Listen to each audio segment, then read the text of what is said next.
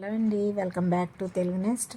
ఈరోజు మనం hair fall అవుతూ ఉంటుంది కదండి. హెయిర్ ఫాల్ అవుతా ఈ పొల్యూషన్కి ప్రయాణాలు చేస్తూ జుట్టు ఊడిపోతుంది కదా, అది ఊడకుండా ఉండటం కోసం, హెయిర్ ఫాల్ అవ్వకుండా ఉండటం కోసం నేను ఇంట్లోనే నూనె ప్రిపేర్ చేస్తానండి. ఎప్పుడు మా పిల్లలకు కానీ మేము కానీ ఇదే పెట్టుకుంటాము. ఎలా తయారు చేస్తానో చూసి నచ్చితే మీరు ట్రై చేసుకోండి ఇంట్లో. ముందుగా కొబ్బరి నూనె గిన్నెలో పోసి దానిలో మెంతులు వేసుకోవాలండి. మెంతులు వేసుకుని వేపాకు, కరివేపాకు, మందారాకు, మందార పూలు, మరి గోరింటాకు, ఇంకా భృంగరాజు తెలుసు కదా. భృంగరాజు అంటే దాన్ని గుంటగరగరాకు అంటారండి, పొలాల్లో దొరుకుతుంది ఎక్కువగా.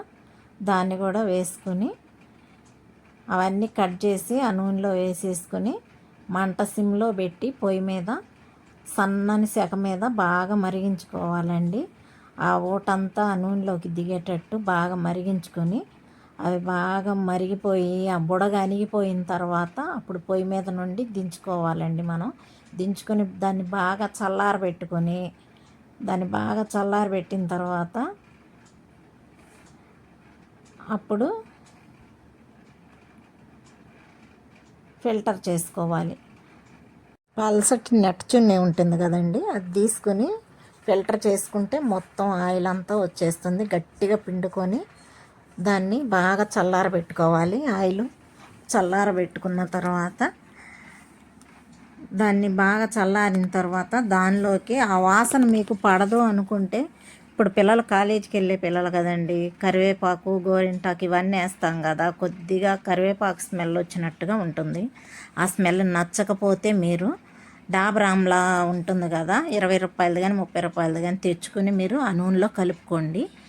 అది ఆప్షనల్ అండి. అది లేకుండా వాడుకున్నా కూడా హెయిర్ గ్రోత్ బాగుంటుంది.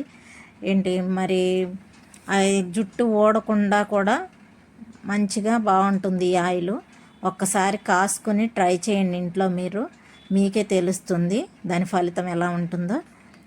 అది ఆప్షనల్ అండి. డాబర్ ఆమ్లా మీరు కలుపుకుంటే స్మెల్ పోయి డాబర్ ఆమ్లా స్మెల్ వస్తుంది. పిల్లలకి కొద్దిగా స్మెల్ ఇరిటేషన్ అనిపించకుండా ఉంటుంది. లేదంటే మీ ఇష్టం అండి, కలుపుకోకపోయినా బాగానే ఉంటుంది.